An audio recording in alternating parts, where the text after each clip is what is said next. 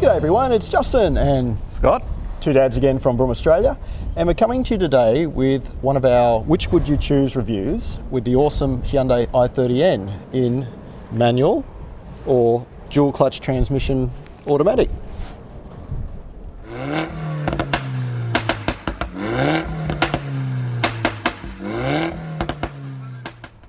Okay mate, now we last drove the I30N back in 2018. It's quite a while ago, isn't it? It's crazy to think it's that long ago. Yep. Yeah.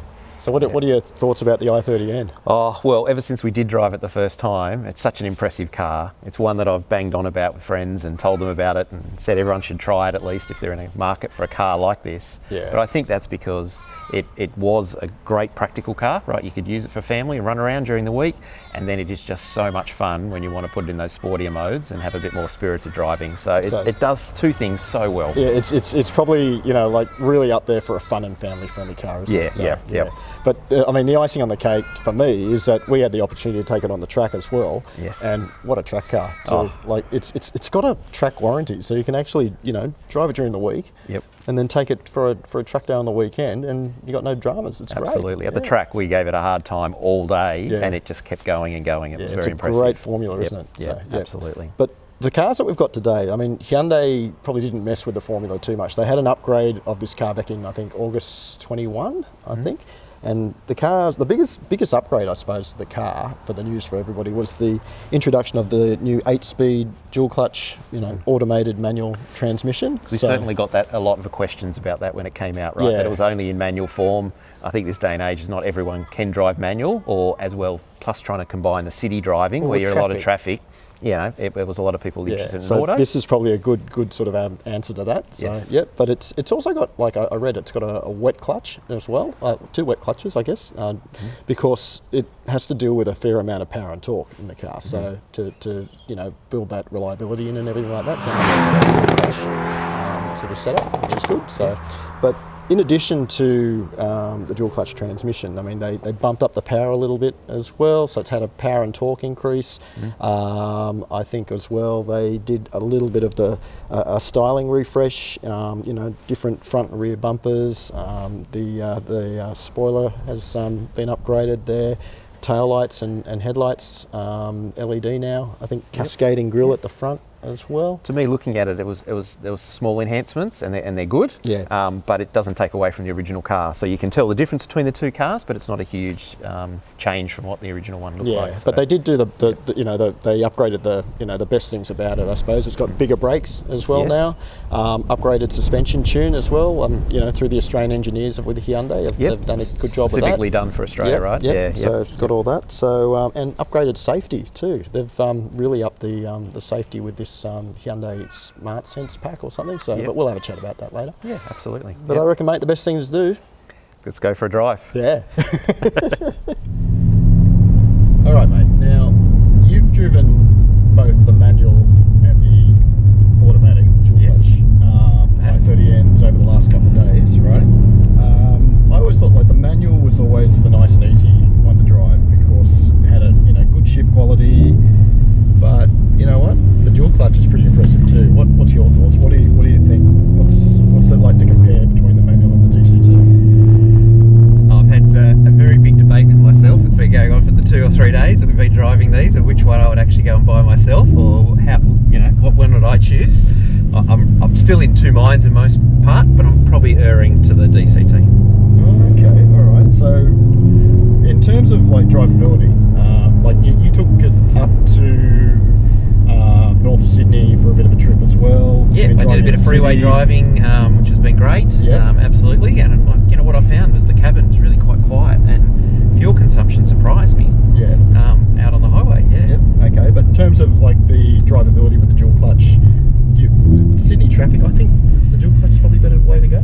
I think one of the things we say about this car is that its practicality, both in the daily driver and performance, right? So straight away by having the automatic just in all the heavy Sydney traffic, just makes it a little bit easier to drive. Okay. You're not thinking about it too much, and also, What about engagement in terms of like, all right, if you had to take one to a track day, which one would you take, the manual or the dual clutch? I think you'll enjoy both. and some of it's about... There's a fence you're sitting on at the moment, isn't there? There is. I think you'd enjoy both, right? So I've done track days with manual cars and you know, automatic cars and stuff like that. Yeah. For me, because I'm not doing track days all the time, there's a hell of a lot going on the track, right? So there's plenty I can do with an automatic, and to build my capability up to at least getting some decent track times without needing to have a manual there. Yeah. But with a manual, it adds another element, and so it probably just depends on how hardcore driver you are in terms of the track day. I can be more than satisfied with automatic on a track day without the manual, but I can also be more challenged with the manual. Okay, all right, fair enough.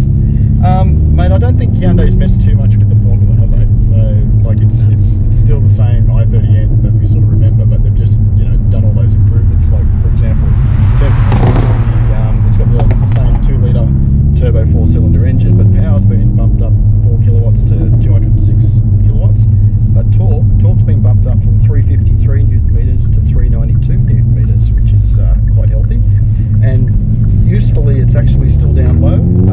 It's 2100 RPM to 4700 RPM, so it's at that sort of, you know, nice down low torque setting. Exactly. But the DCT also gets 3 new N performance drive modes. Have you seen that on the steering wheel and everything? Yes. So there's this thing called N Grin. It's the NGS button on the steering wheel. What that does is actually gives you max power for 20 seconds with a bit of a countdown timer on the dash as well. So that's for the DCT only. It's got N power shift as well, which when it's activated in the menu here, if you give it like 90% acceleration, what it does, it draws the torque back a little bit and sort of accentuates the shifts to what would, you know, be termed like a manual hard shift sort of thing. Yes. So it does that. And you've also got N track sense, which is giving you the max performance on a track situation, takes into account like the G forces and things like that to keep the engine at the higher RPMs and also you know, shift patterns and stuff like that. So that's pretty cool. Very. So on paper, all this is sort of equated to the dual clutch, 0 to 100, 5.4 seconds, and the new manual transmission version, 5.9 seconds, so it's a bit better than the old one, which was 6.1 seconds. You mentioned fuel economy before. On paper, the combined average for both the dual clutch and the manual, 8.5 litres per 100 k's, and the car uses minimum sort of 95 octane premium, but it is E10 compatible. And you mentioned, like, on the freeway, you saw, what did you see? I sent you the numbers. Yeah, so I did a bit of city driving in the morning, and then took it out on the freeway for predominantly freeway driving. Yep. But I was getting about 7.2, 7.4. That's pretty good, considering the performance this thing's got. Excellent. And I think that's the power of the 3 different modes. So you've got the sports mode, the normal mode, and the eco mode. Yep. I had an eco mode on the freeway, and it's not normally a mode I would choose, but it was more than enough for me to cruise along, accelerate when I needed to get past a car, and the fuel consumption was exceptional, I thought, for this type of car. Well, that's a good segue into my next question, I guess, is suspension. Hyundai's, you know, Aussie engineers have, you know, like Jeff Veer, who we talked to last time and all that, I guess, have, you know, had a look at the suspension on the new one. What they've actually done is, you know, increase negative camber on the front wheels, so I think, you know, turning is really sharp in this car, anything like that. But what surprised me too, I guess, is the ride quality. Like you say, like you put it in normal mode and you keep the suspension to, like, you know, normal settings and that. It's firm, but it's pretty good. It's pretty comfortable. That's right. Yeah, but I guess, like, if you put it in, you know, N mode on a normal Sydney road, boy, that's hard. It's very hard. What were you saying? You said I followed you the other day when we picked these cars up, right? And I could see the back of the car jumping up and down, almost like the wheels were coming off the ground. It is so firm, and that's a fantastic thing for a track day, right? Or when you want that spirited drive. Yeah. But you couldn't drive in that all the time, especially not around Sydney, Australian roads with so many potholes and everything. You would, you'd feel like a bit like a milkshake at the end. I think you'd be so stirred up. So. The car also gets, as we mentioned before, bigger brakes. The front's now 360mm up from 345mm, so stopping power's probably better, good for the track. But another interesting good bit is that the cars now come with new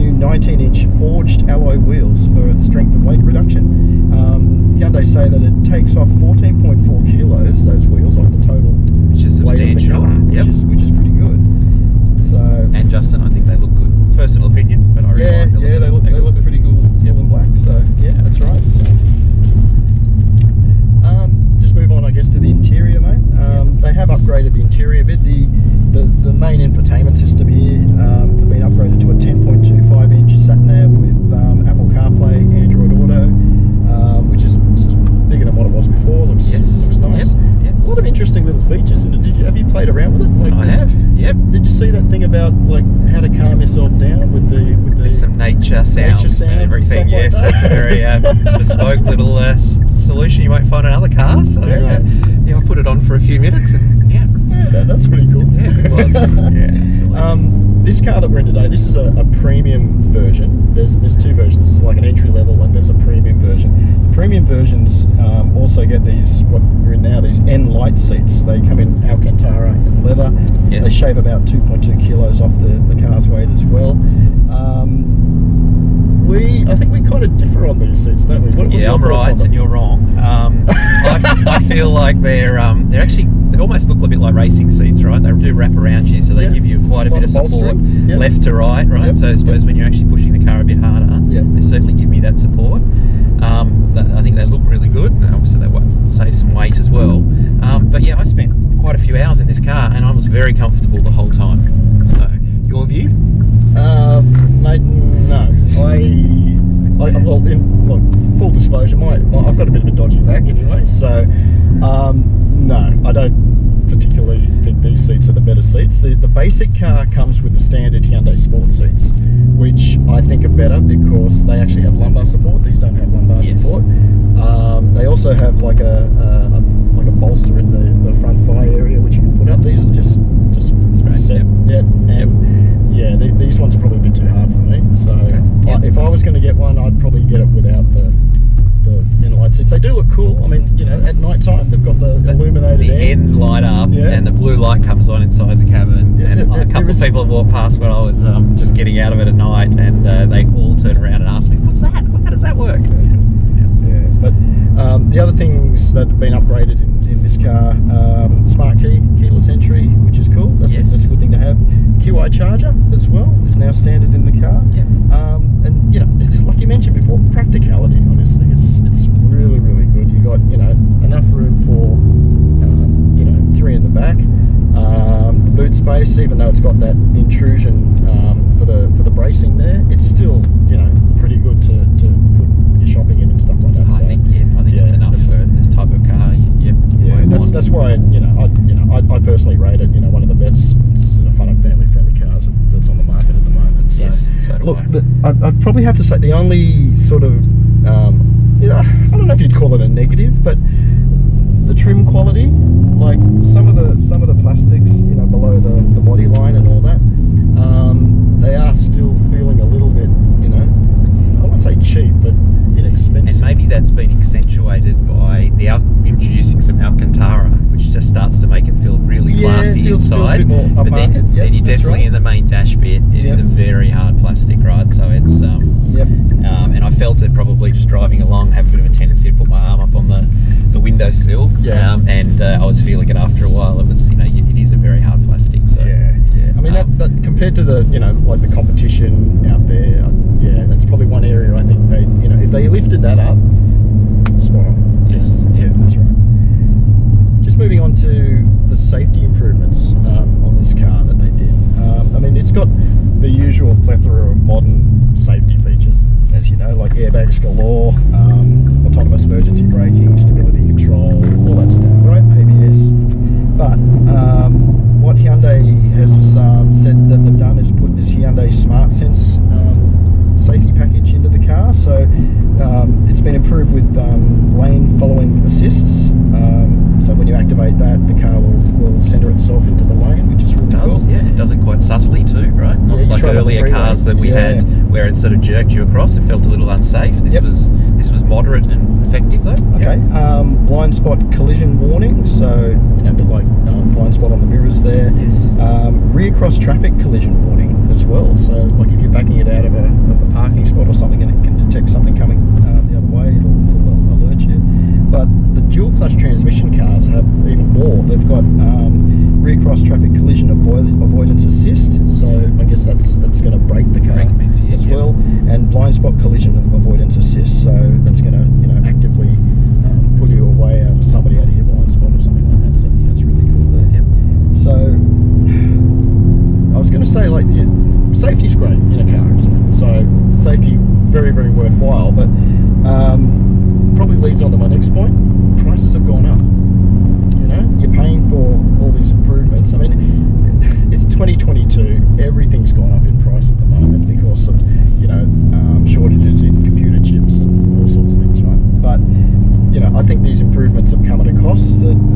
2018, the entry level i30N was $39,990, right? Now, if you want an entry level i30N manual these days for this price, it's now $44,500. The entry level dual clutch transmission is $47,500. Okay, and like I mentioned, we're in the premium models today, which is the model above. So a premium manual, which comes like you say with the sports seats, predominantly, some other bits and pieces which I'll go through. That's $47,500 with a sunroof. We're up to $49,000. This one here is a premium, and it only comes with the sunroof, 52 grand. Now, admittedly, Hyundai are pretty good. They got cap price servicing. There's a 5-year warranty, unlimited K warranty, stuff like that. And I looked on the Hyundai website. Servicing costs for this car every 10,000 looks like so $335 every 10,000 up to 5 years, and then the next one, because that's the warranty, I guess. Yes. The next one then goes up as $440, and I think they go up even further after that. So if you keep the car longer, it's going to cost you a bit more to service. But in terms of the model, which one to go for? What are your thoughts? I mean, can I just address the price thing first? Okay, right. So I've got to say there's heaps more safety, there's more performance. Yep. There's definitely more functionality within the car. Yep. So we've sort of added to all the elements, right? So I think while there is a price rise, I think if you only saw some improvements in one sector of the car and not in all of it, then you might start questioning whether it's worth the money. Okay. But because we've seen those uplifts across the board, I've got to say I think the money's justifiable. That's just my view. Okay. All right. Yep. Okay. In terms of, we're often quite looking for the sweet spot, aren't we, in terms of the models? Yeah. Which one would we take? Which one would you go for? It's a difficult one. I probably don't see on performance cars worrying about panoramic sunroof, so that's a bit more like a luxury thing I probably wouldn't need, so I wouldn't be going to that top level. Right. I think it comes down to some of the things I've really enjoyed. It's middle of winter here, so getting in the morning, heated steering wheel, heated seats. We've already used them for the couple of days I've been driving it a lot already. Okay. I like the seats, right, that it comes with. So I'm probably using a lot of those features and enjoying them. So I'd probably go for that mid-tier one for myself. Yep.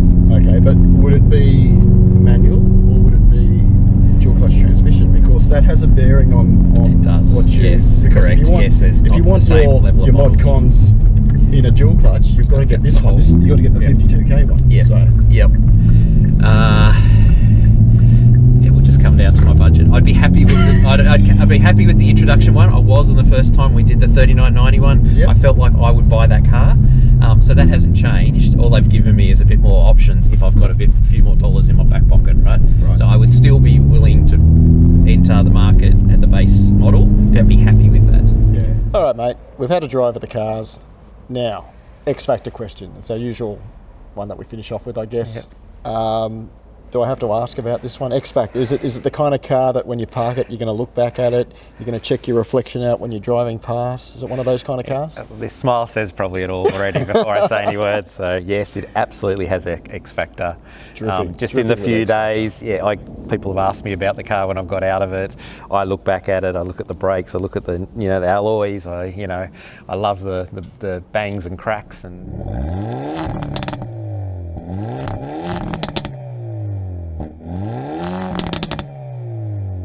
everything it makes, and you've got it in the custom mode, and it's fantastic. Just makes you smile every time you drive it, doesn't it? Yep, absolutely. Yep, yep, that's right. Yep. But okay, the whole idea of this little review that we've done today, which would you choose? Dual clutch transmission i30N or manual i30N?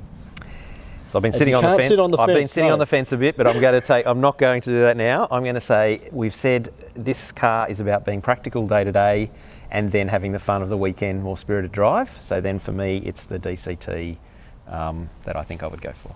You know what? Yep. It pains me to say this because I love manual transmission. Yes.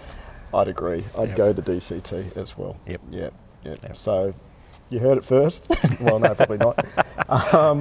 Yeah, if you're looking for a fun and friendly car, I30N is a great car to get, and we'd probably suggest you have a good drive of the DCT, because it's a really practical car that you can drive in Sydney traffic and, you know, still have a lot of fun with, eh? Absolutely. Yep.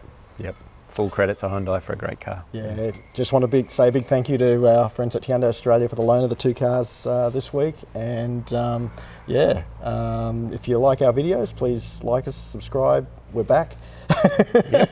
You'll see us with some new content very soon. And we'll check you later. See you later. Thanks, everyone.